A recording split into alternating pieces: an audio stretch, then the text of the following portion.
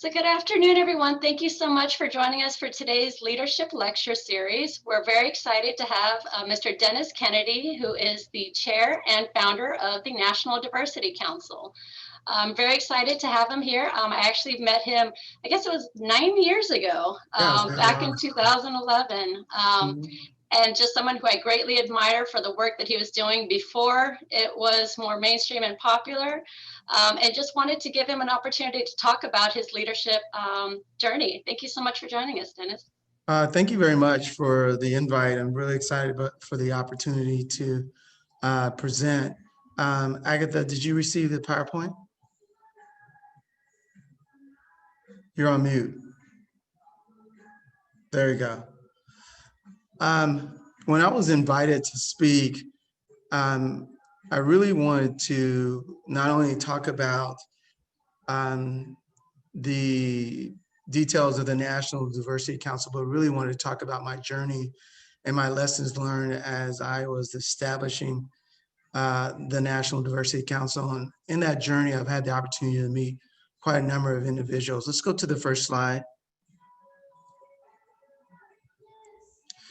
So in 2019, I had the privilege, I invited President Obama to come and be a keynote speaker at my conference that I started in 2005. So I was very grateful that he accepted and that he participated. I had the opportunity to sit down with him for about 20-25 minutes before we took the stage, and to say it was an awesome one-on-one meeting with the president would be an understatement. But I want to share with you some of the takeaways, just a few takeaways from my meeting with Obama, President Obama. But before I do that, I want to share some other takeaways before I jump into talking about the National Diversity Council. I want to share a little bit about my journey, my education journey, and then my D&I journey as well. So if you can go to the next slide. So I was a student for 12 years. And when you hear that, you think, this guy really liked school. Quite the antithesis. I was not a person who liked school. Can you go to the next slide? So I graduated, it says the BS in economics was 93, but I really finished it in 91. I got an incomplete in one of my classes and then go back to complete that incomplete until 93. So my story begins, I am dyslexic. I didn't learn I was dyslexic until I was 30 years old. I graduated high school. I scored 11 on the ACT, and I graduated with a 1.96, which they round up to 2.0, which made me eligible to go to college. I was accepted into the University of Houston with that academic background. I was accepted into the University of Houston because I was a USA All-American high school football player, all-state, all-city football player, and essentially being a football player gave me access to the university. Next slide. This is the transcript of my first year in college at the University of Houston. And what you'll see is I took no math, science, or English classes. When I played football at the University of Houston back in '85, as a freshman, they had classes for football players. No one graduated. 2% of people who I came in with graduated college in 6 years. So that was the roadmap that I was on. I was on a roadmap not to graduate, but I was very fortunate that I met some people that really encouraged me to get focused on education. And when I graduated in 91 with 3 degrees, my GPA was a 2.1, and I was 25 years old. And by then I figured out I wanted to be a business person. So I tried to get an MBA at the University of Houston. with the 2.1, you can't get in anybody's MBA with 2.1 at the time. So they recommend that I go back and get another undergraduate degree. And so I did that in the College of Business and had a 3.5 in the business school and went on and got my MBA as well. Next slide. So what I want to do now is just share with you some lessons learned from other powerful voices in my journey. I've had the privilege of meeting so many great individuals, very powerful people, and I want to share some of that with you. Next slide, and I'm gonna go through this relatively quickly. First is Vice President Biden. I was invited to his mansion while he was in the White House in 2012. I had a chance to talk with him and Jill, and one of the things that stuck with me that President Biden asked me who I was with. I never met him before, and I shared I was with the National Diversity Council. Asked me what we did, and I shared with him what I did. And he says, "Ooh, that's tough work." And 12 years ago or 8 years ago, diversity wasn't mainstream, and it was tough work. And he shared with me to make sure that I had someone in my corner, and someone that was my cheerleader that would not advocate for me, but always encourage me in this battle. And I want to echo that to the students. It's so important to have someone in your corner that will stand with you, battle with you, encourage you. That's something I got from Vice President Biden. Can we go to the next slide? And I'm gonna speed through this. So this is General Powell. Many of you may not know General Powell, but he was the first African-American Secretary of State. I've had the opportunity to meet with him one-on-one 5 times. The last time I met with him was in 2019. He was one of the keynotes for one of my conferences. And the one thing that stuck with me with him was integrity, how important it is to have integrity, always have integrity, let your yeses be yes and your nos be no, which I think is really, really important. Next slide. So some of you won't know Dr. Cornel West. He is the first African-American graduate with his PhD from Harvard. He teaches not only at Harvard, but at Princeton. No, first African-American to get his PhD from Princeton in the field that he got his PhD in. And Dr. Cornel West is a very candid individual, very highly, he's an intellectual, very, very smart. And what I took with Dr. West is it's important to have difficult conversations. His focus is on African-American studies and the history of African-Americans. And he talked about how important it is for us to have conversations with white people around issues of race. And he leads those conversations, courageous conversations around issues of race, which is really, really important. Then also he shared with me is when we look at the African-American community, you can't judge the African-American community because you have to look at the African-American community through the lenses of our history and what's taking place in the history of our country. And those are the 2 lessons learned. Next slide.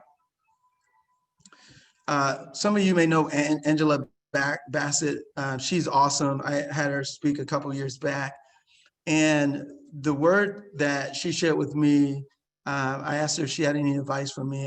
As I mentioned, I sit down with each one of these individuals and ask them a series of questions. And she talked about the importance of resilience and that you have to be resilient. And she shared her story of how challenging it was for her in Hollywood years back to get real roles, and the roles that she was asked to play were maids, things of that nature, and how she wanted to be the lead role, and that she was a lead woman, and she wanted those roles and wanted to lead those roles, and how Hollywood would write scripts and it would be for a white woman, and it wouldn't so be limited opportunities. For those that know that she has been in a lot of big time movies over the last several years, and she's definitely climbed up the ladder, but it took her a long time. In this picture, she's 60 years old. You never fathom that, but she's 60 years old. So it took her decades of fighting and fighting and fighting to get the roles that she really wanted. Next slide. Jeb Bush, many people, you're in Florida, you know who Jeb Bush is. He's a former governor of Florida. Many people don't know is that Jeb Bush's wife is Latino. Did anyone know that? But okay, well, Jeb Bush I've met with him a couple times. He's had him speak a couple times. And what was great about Jeb Bush was him sharing his story about being in Texas, married to a Mexican, and how people treated him and treated his family. And the reason why he moved to Florida was to escape that environment that was in Texas at the time. You know, Texas didn't have the large Latino population that we do now. And, you know, he shared that story. And the thing that, you know, stuck with me in my conversations with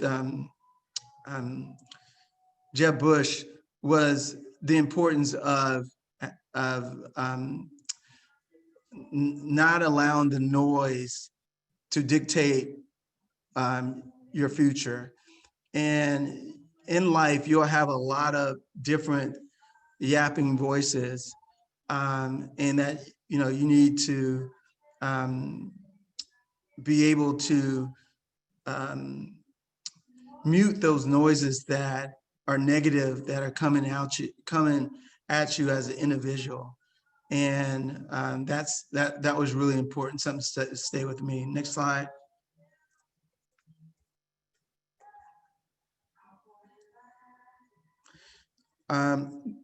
Some of you may know Julian Castro. He's a former Secretary of HUD under Obama. Also, he was mayor of the city of San Antonio for like 8 years. Julio is a cool cat, law school at Harvard University. I've had the opportunity to meet with Julian a number of times over the last 12 years since I started the National Diversity Council. In fact, when he was mayor of the city of San Antonio, he was my first speaker at my first event that I did in San Antonio. He wasn't a mayor yet, so he was running for mayor. And so the cool thing I like and respect most about Julian was his disposition of staying positive. How important is it to stay positive and always be positive? No matter what the circumstances are, always be positive. And that's something that sticks with me that I received from Julian. Next slide. Did we miss Spike Lee? I think we missed Spike Lee, but that's all right. For those on the phone, there you go. Those on the phone, Spike Lee is a director, film director.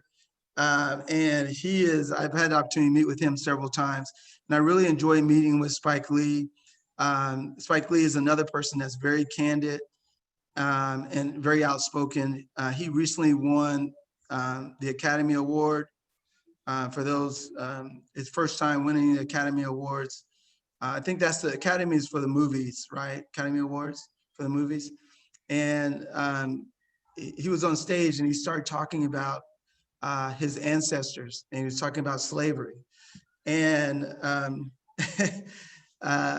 when he first spoke at our event, that's the very thing he talked about was the importance of remembering our history and how important it is to remember those that came before us, that paved the way for us to be where we're at today, right? And I share the story of my mother, who was born in 1933. When she graduated from college, she had two choices in life. She can be a teacher or she can be a nurse. Those are the only two choices she had as a professional woman, and she became a teacher. Now today, because of the fight, civil rights fight, and all those that came before us fighting for equality, we have, unlimited choices. So if we can go to the next, skip that one. Okay. So I want to talk about creating the National Diversity Council and why I did it. We go to the next slide. So I'm going to give you a report looking at the demographics of Fortune 1000 companies in Texas. And I don't have a report for specifically for Florida, but this is something we do every other year in Texas. And you go to the next slide. So for those on the call, Texas is a majority minority state with Latinos, African Americans, and Asians making up the majority of the state. And our state is about 40% white and about 60% people of color. So what you're looking at, what these slides that you're going to look at was based on the Fortune 1000 companies headquartered in Texas. So when you look at these numbers in Texas, nationally speaking, white men make up about 32% of the workplace. In Texas, they make up about 22% of the population. They make up about 32% of the working population, and about 22%. They make up about 22% of the workplace, 22% of population in Texas. So when you look at these demographics, you look and you see that white men are 72% of corporate leaders of Fortune 1000 companies, whereas white women are at 17%. So 90%, 90% of senior leaders in corporate America in Texas are white, albeit they are a minority in the state. And for those on the phone that don't know, minorities currently make up almost 40% of our population today. Can you go to the next slide? And so on this slide, it shows you that we've been doing this study since 2016. You see the progression from 2016 to 2018 to 2019, and you see that every year there's from 2016 to 28 it was a slight change. From 2018 to 2020 it was a bigger change than it was the 2 years previously, and so it's trending in the right direction, albeit it's going very, very, very slow. Very often for those on the students that are aspiring to go into corporate America, you'll walk into a culture that's monolithic. That means dominated by one group. And in those cultures, organizations have the propensity to develop talent that look like themselves. Leaders have the propensity to develop talent that reminds them of themselves, that look like themselves. And so if you're in a monolithic culture, the opportunity to be developed and move up as a person of color is very often very challenging. You'll find that corporate America is white male dominated. It's always been white male dominated. Very fortunate. I did this study first time in 2001, and there was 91 companies, and 72 of the companies had no women in leadership or the board of directors for the organization. So this is the why I started the National Diversity Council, was I thought it was important to advocate for inclusion when you can bring your whole self to work. I remember going in corporate America and being coached to be white, to act white, to be white. I don't think that that's a prevalent now today, as we have 40% minority in our country now. But that definitely was something that was prevalent in the early 90s, to not bring your whole self to work. And you have to make people feel comfortable around you because you're Black, and they have these stereotypes about who you are and what you do. And so the more you're like them, the more they think you're like them, and you will be accepted. And so my decision to leave my place of employment in 2004 was a big decision for me. I was really passionate about this issue of diversity and inclusion. And I put my 2 weeks notice in. At the time, I had a house note that was $2,500. I had a convertible Lexus that was $1,000 a month. And I was really determined to really advocate for change. And that's what I've been doing for the last 16 years is really advocating and educating organizations and individuals around change and how important it is to maximize talent, and that talent comes in all shades. Next slide.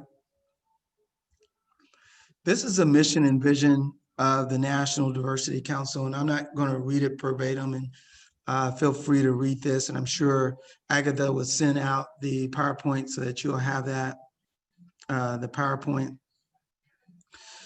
But please keep in mind that if you're a person of color, you're a woman, whatever opportunities you have it because of people who came before you, who fought for you, for the opportunities that you have today. As I mentioned, my mother being born in 39, my father was born in 33. He wasn't afforded those opportunities. Both of my parents went to college, but once graduating college, they didn't have the plethora of opportunities that people of color have today. Next slide.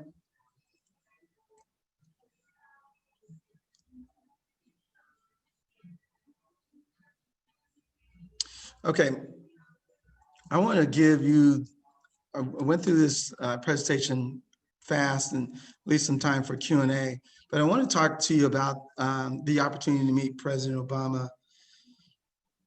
And I was afforded the opportunity to meet with him one-on-one, albeit there were Secret Service people in the room, obviously. But it was a great conversation. It was, to me, it was profoundly impactful for me.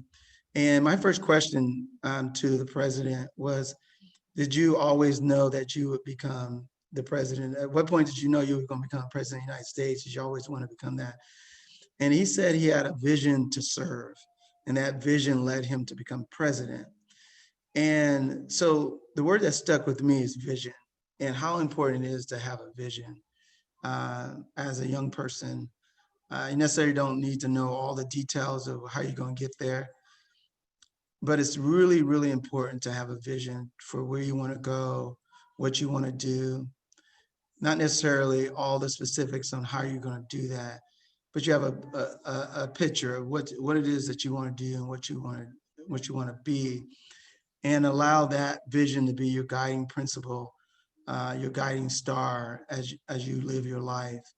Is so important to have a vision. And it goes back to when I had a vision to start the National Diversity Council, and I had an awesome job. I was making great money, and I really wanted to start the council, but I really didn't want to quit my job because of my financial responsibilities. But I made that decision to quit that job and follow my vision. And it's essential, to have a vision. Another thing that I learned from the president, or I thought was important as well, was he has an initiative, My Brother's Keeper. Some of you may be familiar with that initiative that he started while he was in the White House. It's focusing on mentorship. So I asked the president, because he wanted me to talk about, when I interviewed him, he wanted me to ask a question about My Brother's Keeper. And so I asked the president, did he have mentors?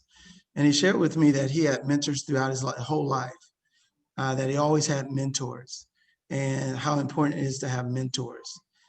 And that resonated with me because I had my first mentor when I was 20 years old in college. And this individual was probably 12 years older than me. He had played football in college, not the college I went to, but been on a similar road than I was. He went to Tulane University, private school in Louisiana, and he was very impactful in my life and really helped me get focused some things in my life. And then as I got older, I put together what I call a personal board of directors. As I started my journey, put together 9 people that I call my personal board of directors, in which I was able to leverage, get advice from and guidance from that I thought was essential because um, um, the fastest way to get between 2 points is a straight line. And I feel like my mentors facilitated me from going from A to Z when I started my business because I never started business before, and I was able to tap into those. One of my mentors told me, first thing you do, get a CPA, handle your books. And that's what I did, and I still have the same CPA, and it saved me a lot of heartache and headaches around financials. But I would highly recommend getting mentors in your life, especially those that are where you want to be or doing what you want to do, and leveraging those mentors I think is really important. And then also the president talked about, for those on the phone that don't know, president was a senator before he ran for president. And he talked about how when he made a decision to run for president, he talked about how people were telling him the time is not right and that he should wait before running for president, and that the Democratic Party wasn't supportive initially, and how he was determined to become president. And essentially, the whole Democratic Party was lining up with Hillary Clinton, and how he was determined to be president, and how he didn't allow the negative comments, the negative voices out there to make a determination of if he can run or not. And so, he talked about, having narrow focus on whatever that you're working on, to have narrow focus and be determined, because things are not always going to work out the way you would like them to work out. And, and he talked about how easy it could have been just to say, oh yeah, I need to wait my turn. I need to wait my turn, and follow the voices. But he had a vision and he was determined. And I'm glad that he went for it with it, and pleasantly surprised, that President Obama became president. And then one last thing that stuck with me with President Obama is he is so humble. He is so humble. I've had the opportunity to meet with a lot of leaders, corporate leaders, CEOs, board of directors, chairmen, and he is one of the most humble people I've met, and very fortunate to have that opportunity to meet with him and have that one-on-one dialogue with him. We discussed some other things, but those are the things I wanted to share with you. At this time, I think that's the last slide. Is there another? No, that's it. So if you have any Q&As, any questions, I'll take them. Well, thank you so much. I wanted to just chime in just a little bit. One, it's so great to see your mom's smiling face. Give her my best regards. I sure will. And I just want to chime in as far as for mentors. You really gave me an incredible platform back when I was a doctoral student, when I first joined the South Florida Diversity Council. I became a secretary of the South Florida Diversity Council. It allowed me to meet so many people in different industries. And when we started launching, we did a college Florida Diversity College Diversity Summit at FIU in the law school. Again, got to meet people from the law school, the dean of the law school that I hadn't met before, that was just across campus. But when we did the Florida Corporate Responsibility Summits, again, just getting access to meet executives and leaders from different industries. We had sponsors from Walmart, Starbucks, Wells Fargo, Burger King. So I wanted to just take this opportunity for thanking you for being a mentor to me and a sponsor and giving me an opportunity to grow and learn as well. Well, great. I'm glad that you've had that opportunity, and congratulations on your success at the university. I regret not going to the Dallas conference though when President Obama was there. Hopefully next time. So yeah, we hope to bring in Michelle, so we'll see. I'm not missing that one this time. I did want to just go to some of the questions that were submitted from the students. And again, thanks so much for sharing the time with us. And one question I'm going to go ahead and post in the chat for those that are here as well is Genesis Rivera had asked, what was the most challenging part of creating the National Diversity Council as opposed to the statewide Texas Diversity Council? And since it's now in 16 states and regional councils, did you find that diversity and inclusion was a larger issue in certain states and regions? Yeah, and so this is what I really found very interesting, because after I started Texas, the two states I started next was California and Florida. And California has a perception that's very liberal state.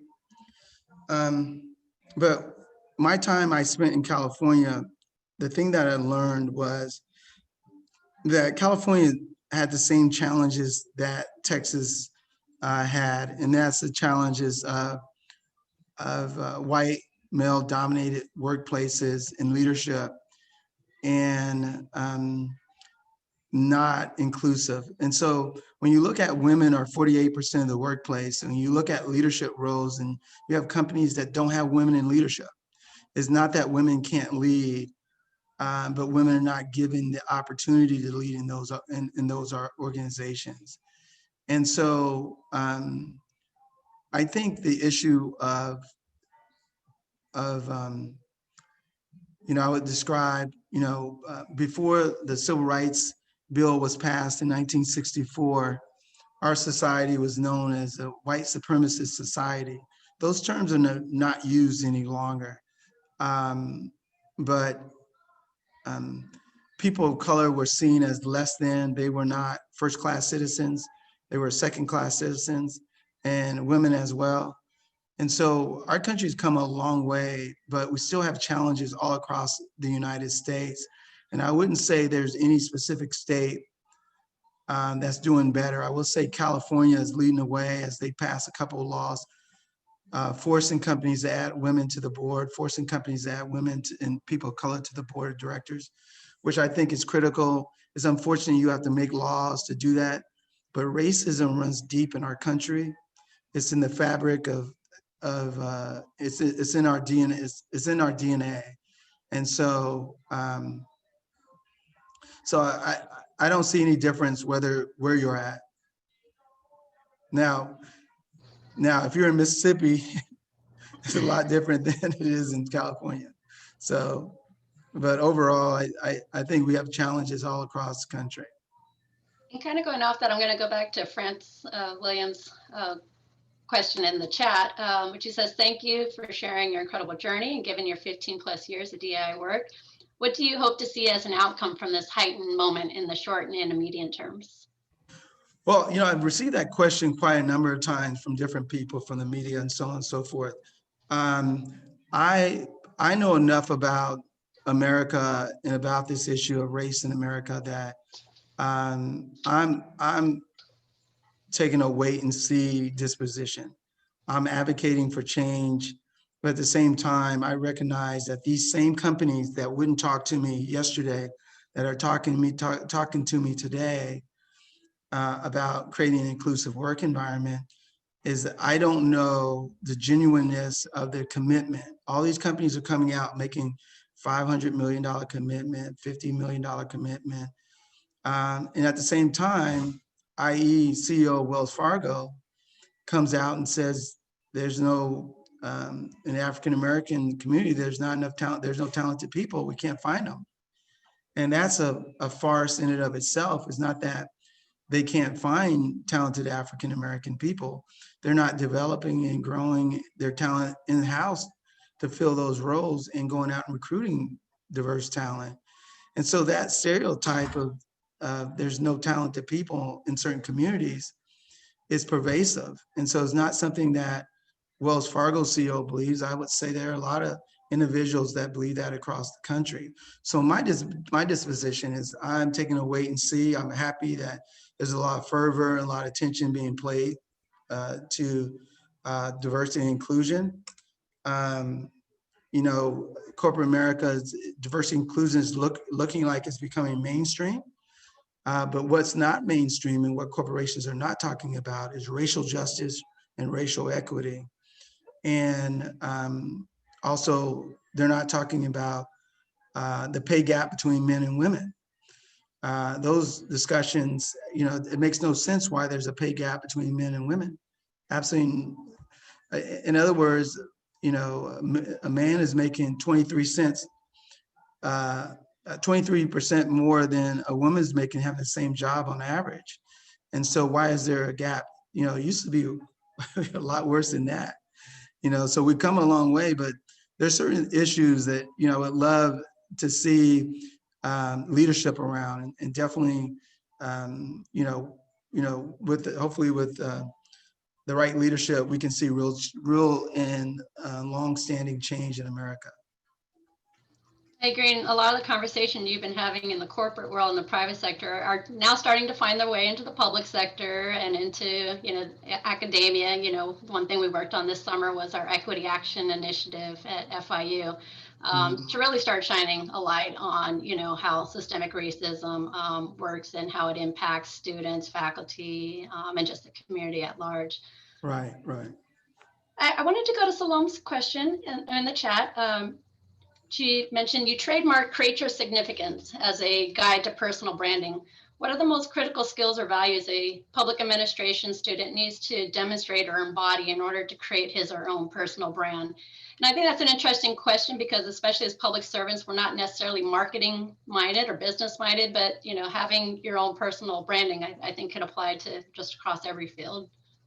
Yeah, so when I left my place of employment, the first thing I did the first 2 weeks, you know, I'm a visionary. I'm not a detailed person. So I didn't have a detailed plan on how to start a business. But what I did have is I had a spreadsheet that lists my bills and how much money I had in the bank and how long I could not work. And at what point was I going to sell my convertible? But the thing I learned after the first 2 weeks after quitting my job is I called all the CEOs of the Fortune 1000 companies. And this was in 2004. This is before LinkedIn and all the social media stuff was available. And after 2 weeks, guess how many people called me back? Take one guess. Zero. No one called me back. And I realized important people want to talk to who? They want to talk to other important people. And I didn't have a brand. No one knew who I was. And I made a commitment that I would create my significance, create a demand for me, and build my brand, because you really have to build your brand, define your brand, or someone else will do that for you.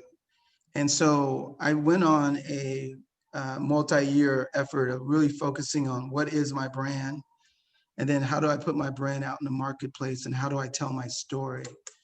And so I highly would recommend, if anyone's on that journey of creating your significance, really, you know, I said talk about creating your significance and really talking about building your brand. Because what I wanted to do was I wanted to create a demand for me. I wanted companies to come to me. Excuse me. I wanted companies to come to me, and I had to create a demand. And so one of the first steps that I did, and I'm going to mention a couple points and I'll stop. And there's some really great books out there. The first thing I did was to purchase the domain Dennis Kennedy, put up a website and tell my story so that anyone can easily find me, Google me, they find me. And at first I was, wasn't anywhere on, you Google me and my name, you can't find anything about me. And so my recommendation to those on the phone that are interested in building a brand, because your brand will pays for you. I mean, you build a brand, it will lead to great opportunities, and it's really important to do so. And so I definitely would start off with purchasing the domain, putting up a website, define what your brand is, put it out there. That would be the first step I would do. Yeah, and I just want to mention on that, I remember when I first got involved with the South Florida Diversity Council and we pitched the idea of the Florida Corporate Responsibility Summit. This, again, was a very new topic. And again, you giving me that platform to kind of take the lead with that project, the same thing, it allowed me to reach out to different individuals, bring them into the fold, make connections. And one of the questions that Philip had mentioned as far as how do grad students get involved, a lot of it's just reaching out.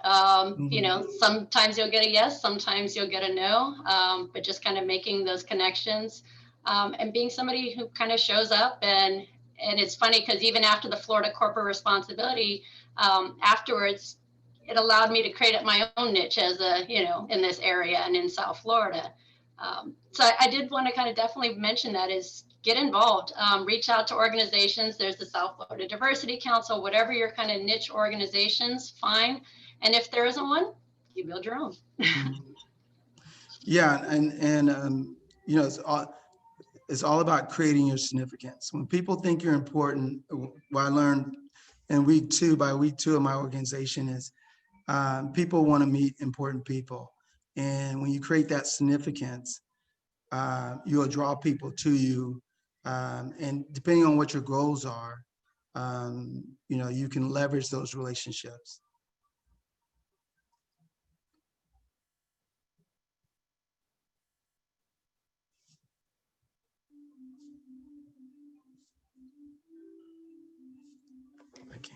I can't hear you. You're on mute. Sorry. There you go. And because we're an academic setting and, you have taught before, how did your years as a college professor prepare you to launch and run the National Diversity Council? Well, I taught at multiple universities. And when I was teaching at those universities, I necessarily wasn't planning on starting my own business. And but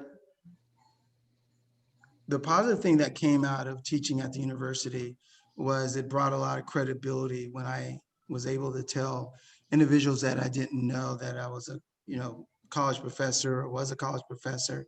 So it added to the credibility in my efforts, because I did teach diversity management for a couple of semesters at UT San Antonio. So it added to credibility. And kind of the next question, what do you think are some of the most interesting takeaways from your career path? What would be your biggest advice for those, to just the most important step, when wanting to start a national organization? Well, for individuals that are seeking, because though it's a nonprofit, you have to still have the base understanding of basic business.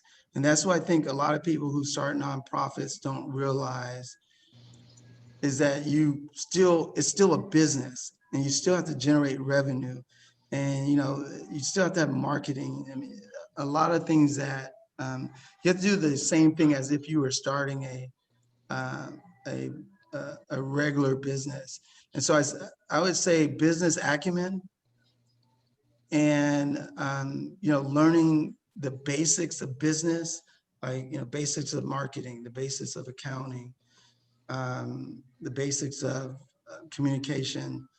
Um, Having the basics down goes a long way, and having understanding of that. Um, I also think is important to have someone that to coach you through your efforts and what you're doing, no matter whatever it may be, whether it be starting your own for-profit business or not, nonprofit business.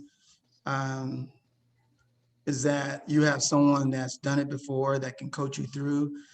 As I mentioned, um, I was able to leverage my personal board of directors in building, building a business. Um, but if you have someone there that gives you a map on, how to get from point A to Z in whatever efforts you have, I think that's really important. I love the idea of creating a personal board. And, now that I think about it, my mentors, I never really thought of them that way. And actually earlier this morning, I actually sent out 2 emails to 2 professors that I really admire and asked if they would consider taking me on as a mentee. Oh, great. Great. So I serve both ways. I serve as a mentor, but I'm also seeking out mentors. Right. And, I would Absolutely. definitely encourage everyone to do that. The next question, because you mentioned some readings that might be relevant, Jenny had asked, for those who don't really understand diversity and inclusion and why it's important, are there any books that you would recommend? Yeah, there's quite a number of books that I've read that I would recommend. Would it be possible for me to send you a list of books that I could recommend? As I don't, I have a library full of books, and so I would need to go through them and That would be identify which awesome. ones I would highly recommend the students to read. And definitely, for those of you that definitely check out the Diversity Council, either, down here in Florida, the National Diversity Council, follow them. You definitely, like I said, they're going to be an incredible wealth of resources and, opportunities to network and meet other like-minded individuals. Yeah, great. And then also we have an upcoming conference that's taking place over the next 2 weeks. And I know that we had several of our sponsors buy tickets for students. So if there's any students that want to have access, please email me and I will get you to the right person so you can participate. That would be awesome. At Thank no you so cost to you. much. We really appreciate that. Thank you. Mm-hmm. See, and you all are the lucky students that get that offer. So want to open it up for any additional questions. Feel free to either post them in the chat or perhaps raise your hand if you'd like to unmute.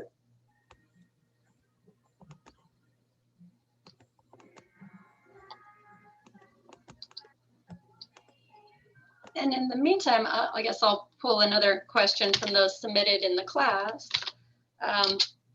What are some steps an organization can take to create a more diverse and inclusive workplace? That's an excellent step. Well, it starts at the very top of the organization.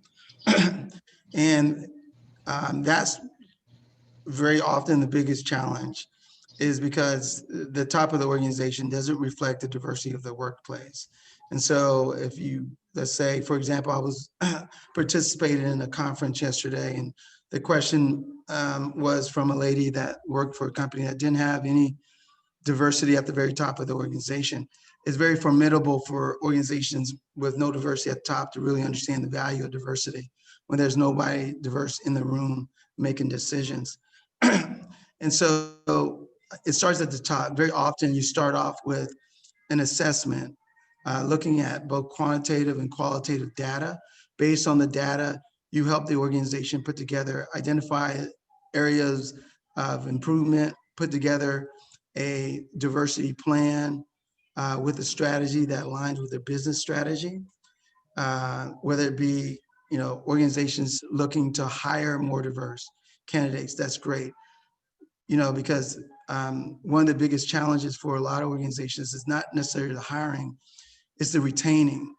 And I tell organizations all the time that you can go out and hire a bunch of people of diverse backgrounds, but if they walk into an environment in which they don't feel valued or they don't feel like they belong, they will leave. And so it starts at the very top of the organization. And very often companies don't have the expertise internally.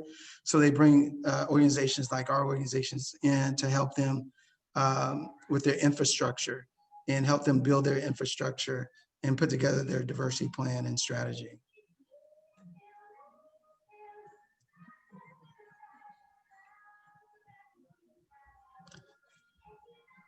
Franz, I think your comment just came to me, but in case you want to repost it. He just, Franz had just basically just put that, you know, he enjoys the collaborative dreaming. And what does your vision look for, like, for the future?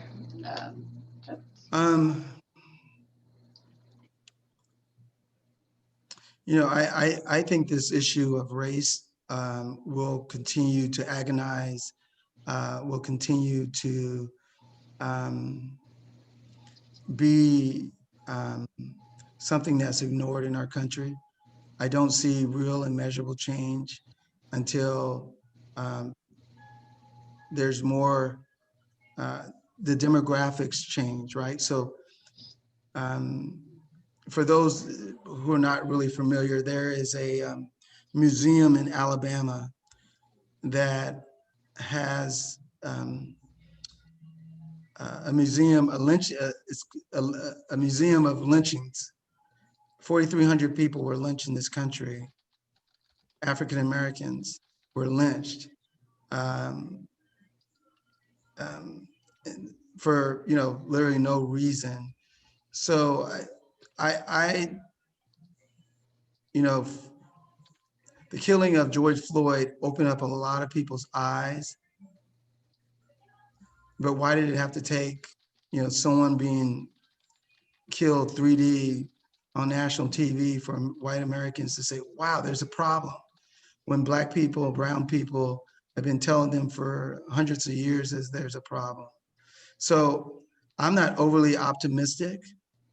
I'm 54 years old, and I've, you know, experienced racism.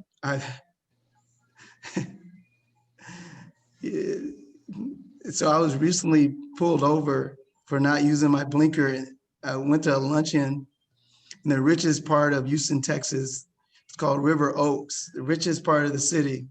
And as I was leaving my luncheon, I was pulled over for not turning on my blinker. And I didn't say anything, you know, police officer, but I know why I was pulled over in the richest area of Houston, Texas. So it had nothing to do with my blinker. So I'm not overly optimistic. Well, we hope for the best, prepare for the worst, and keep fighting, right? Yeah. For sure. But any last questions or comments from the students? Or just if you have any kind of last final thoughts or takeaways? I would like to really encourage all that are on the phone to become diversity and inclusion advocates and champions internally within your organization. I think is really critical. You know your culture, and and how you can impact that culture. I'm not one. It's like Spike Lee told me. Look for prudent ways to advance your efforts. Meaning, to show up with with a sign saying everyone's a racist is not the most prudent way to advance your cause. So look for prudent ways to be an advocate and to help educate those that don't see the value of DE&I. And I think that's really, really important to meet people where they're at and not be judgmental. Because I tell people all the time, I grew up, both my parents graduated from college. That afforded us to live in a middle class, all white neighborhood. I was always, the only Black in a class throughout elementary school, and felt most comfortable When I graduated from high school and went on to college, I didn't think racism existed because it wasn't something that I've experienced, and I lived in an all-white neighborhood. And so there's people um, that lack knowledge and lack education, and try to meet them where they're at instead of being judgmental and judging them for their lack of knowledge. That will go a lot further than, albeit there are people who are straight up racist, and I'm not afraid to call somebody racist. But I'm just saying, be prudent and be wise, be tactful. Thank you so much. We so appreciate your time and sharing your expertise. I hope everyone will join me in a virtual round of applause. Thank you very much. Thank you so much. We really appreciate your time and expertise. Please keep us posted on the events. Definitely look forward to hopefully trying to join you at the next National Diversity Council. But again, we want to continue to support you in the work that you do. So thanks again. Yeah, no problem. I'm glad I was able to share. And if anyone wants any additional information, Agatha can share with you my email, which is dennis.kennedy@denniskennedy.org. And look forward to a conversation. Thanks again. Have a great day, everyone. All right, thank you. Take care.